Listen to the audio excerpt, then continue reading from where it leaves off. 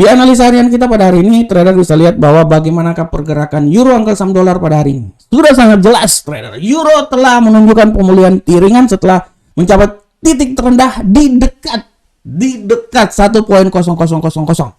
Saya tidak membutuhkan kata di dekat, tapi saya membutuhkan kata tepat di 1.00 atau 0,9999. Itu yang saya butuhkan. Bukan di dekat. Kalau di dekat dia udah dekat.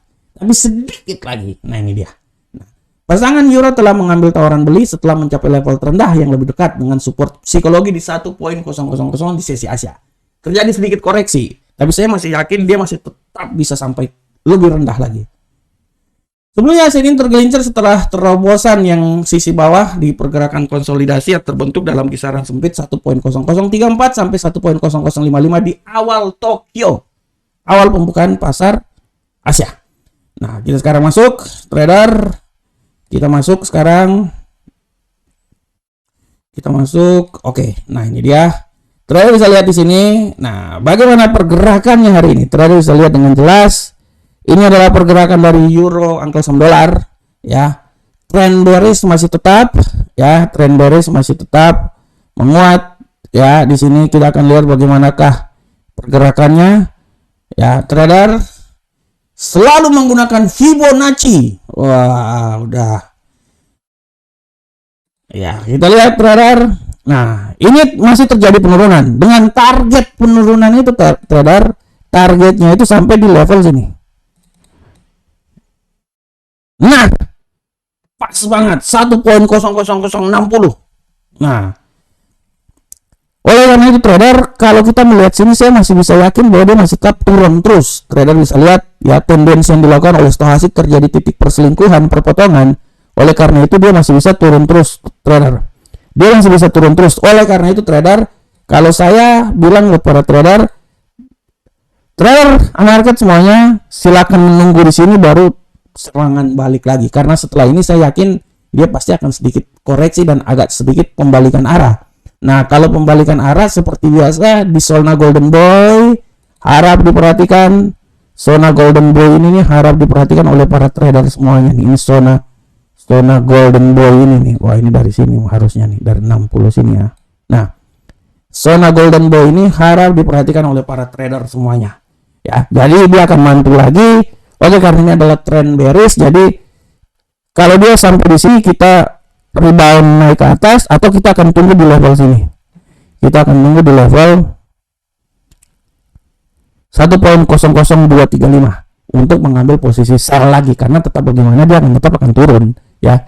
Harap diperhatikan untuk para trader semuanya ya.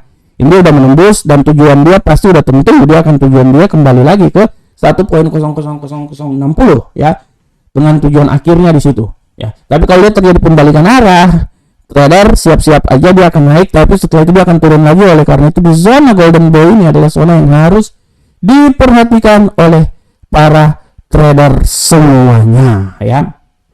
Harus diperhatikan oleh para trader semuanya antara 38, 50 dan 61. Ini adalah zona Golden Boy yang harap diperhatikan oleh para trader.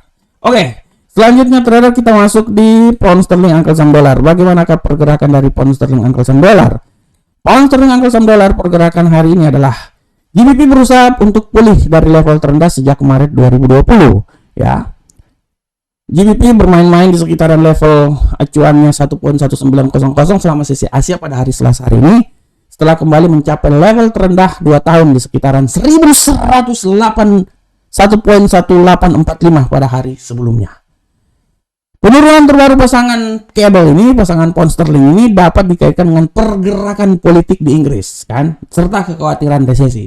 Saya udah bilang dari sebelum-sebelumnya, minggu kemarin, bulan kemarin saya sudah bilang bahwa permasalahan di Inggris cuman lebih banyak permasalahan dari sisi perpolitikan dalam negeri. Itu aja. Itu yang menyebabkan pergerakan mata uang pound sterling ini sangat fluktuatif. Oleh karena itu trader, kenapa kalau negara Indonesia mengutamakan kestabilan politik dulu? Karena kalau kestabilan politik artinya akan memberikan kestabilan dalam sisi ekonomi.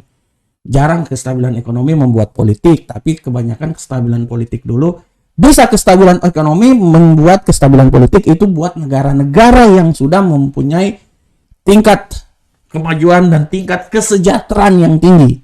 Tapi kalau negara-negara yang belum punya tingkat kemajuan atau tingkat kesejahteraan yang tinggi,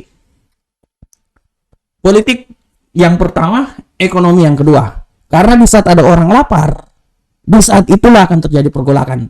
Tapi di saat adalah orang kenyang, lebih aman. Ya, karena dia tidak memikirkan apa-apa lagi, perutnya kenyang. Nah, dalam kategori ini Indonesia masuk di kategori yang kedua. Ya, kepastian politik lebih diutamakan dulu, setelah itu baru kepastian ekonomi. Ya, kalau beda kalau di Inggris atau di Amerika, ya kepastian ekonomi harus mereka udah pasti di ekonomi, politiknya ikut. Ya, itu dia. Oke, trader, kita lanjut. Selanjutnya kita lihat di platform. Trader bisa lihat sini bagaimanakah di platformnya. Nah, trader bisa lihat dengan jelas ini bahwa secara tendensi hari ini masih tetap bearish menguat. Ya, kita akan lihat pergerakan ke depan seperti kayak gimana. Nah, ini kita lihat. Di sini sudah sangat jelas trader, dia akan berusaha menembus sampai sekarang dia berada di level sementara ini 1.18. Sorry, mata saya kacau banget. 18664 ya. Sorry, mata saya 664 ya. Saya masih bilang bahwa dia akan sedikit turun lagi ya, minimal dia sampai di 1.18605. Setelah itu dia akan balik arah. Nah, kalau dia akan balik arah seperti biasa trader, saya memberikan sedikit masukan lagi buat para trader. Trader tunggu aja. Menunggu aja di level ini. Menunggu aja di level ini trader ya. Nah, sorry.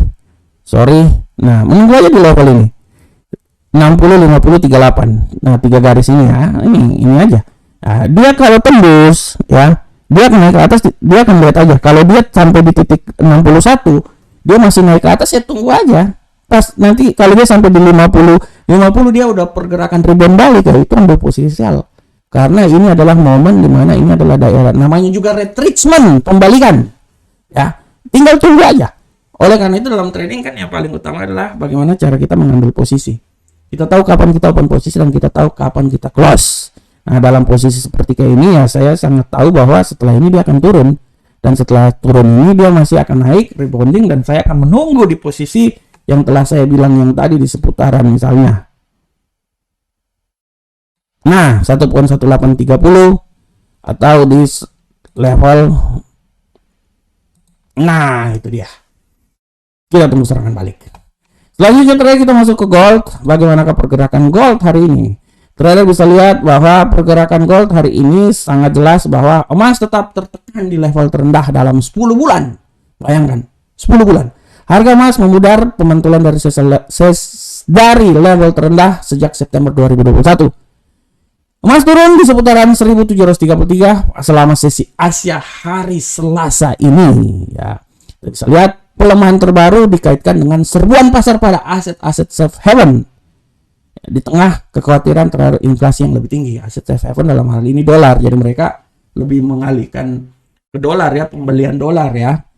Akhirnya ya harga emas turun. Makanya kenapa indeks dolar dia naik, karena ya resesi seperti kayak gini mereka pada numpuk dolar semua.